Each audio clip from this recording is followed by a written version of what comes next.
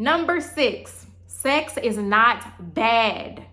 This needs to be said, especially to the Christians, especially to religious people. Again, I am not speaking about my church home. I'm not speaking about a particular church. I'm speaking about religious people. There's a difference between having a relationship with Christ and being religious, okay?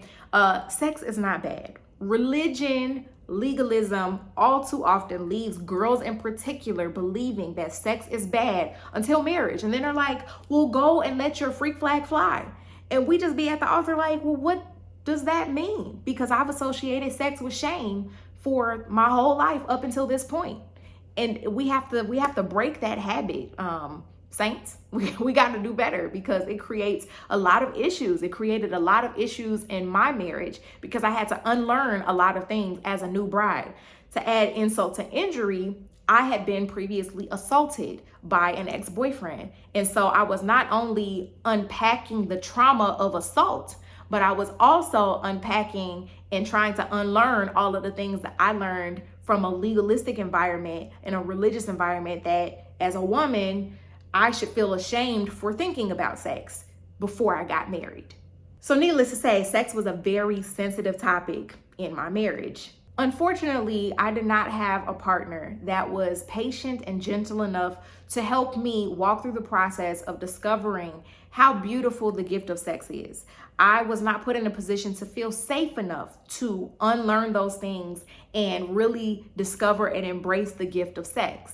For years, I thought my body was broken. I thought there was something inherently wrong with me as a woman. I personally shouldered the shame for a dissatisfying sex life. My body felt unsafe for years, and I didn't realize what my body was trying to communicate until years later, when my heart and my mind caught up to it and realized, okay, body didn't feel safe. Now heart and mind is like, yeah, none of us like it here. This is not God's will for us, sis. Okay, bro, if bro is listening, this is not God's will for us. If both people are not having fun, then adjustments need to be made, period. Number 7, behavior explained is not behavior excused. I don't know who needs to hear that, but I'm gonna run it back one more time because it's a very important concept.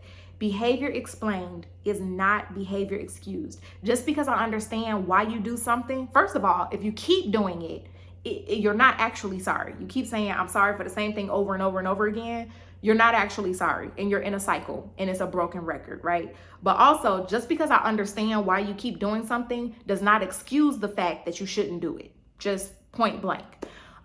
We read in scripture that you should forgive 70 times 77, right? Well, what should I do? I should just keep forgiving, just keep forgiving. So as a Christian woman, I stayed through some really, really traumatic situations, okay?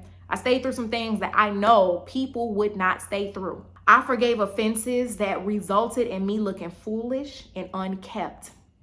In the name of nobility and grace, I excused multiple incidents with other women, reckless financial behavior, unchecked mental health, and overall aggression that ultimately compromised my safety. Just because someone says that they are sorry doesn't mean that his or her behavior will change. And you can forgive them and still walk away. You can still forgive and not stay if that's the best and safest move for you. I don't know who needs to hear that, but you have the freedom and the autonomy to forgive somebody and still break away if that's the safest choice for you. I recognized and expressed and exposed cycles of trauma in therapy, and they continue to go unchanged for years. So I had to make a move and make a change for myself. Number 8, adultery and physical abuse are not the only grounds for divorce. I know we've probably read scripture and, you scouring through saying, well, God hates divorce. That's what scripture says. And church obviously frowns upon it. And for argument's sake, the US government does, because they make it a very difficult process. So I feel like they frown upon it too. I was routinely coerced into believing that I was a heathen for entertaining the thought of divorce.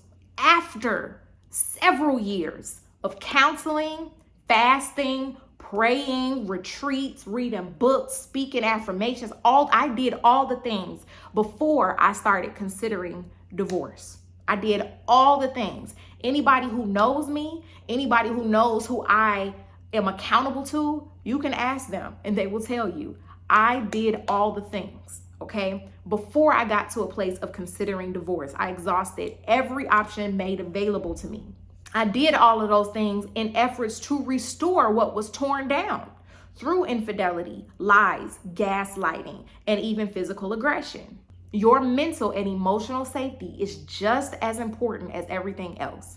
So if you communicate to somebody, I don't feel safe, and they respond, well, I'm not hitting you, so you should be good.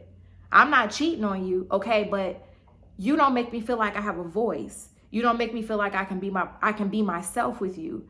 You make me feel afraid for whatever reason, in whatever capacity. Those things are not okay. Those things should not be swept under the rug, okay? Your physical, emotional, mental safety are all important. And especially for women, financial safety too, because people can abuse you in that capacity where they constantly put you in a state of panic. That is an inherent need for women to feel financially safe. And that's not to say that women don't work, and they sometimes, in some situations, they are the breadwinner. Like, I'm not limiting or minimizing anybody's situation as far as who's working, who's earning money, who's earning more. Like, that's not what this is about.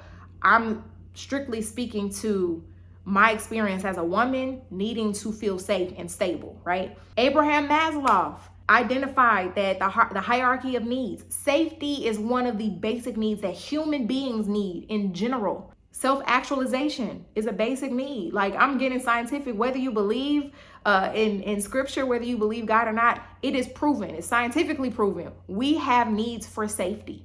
God's thoughts towards you are tender. So too should be your spouse's.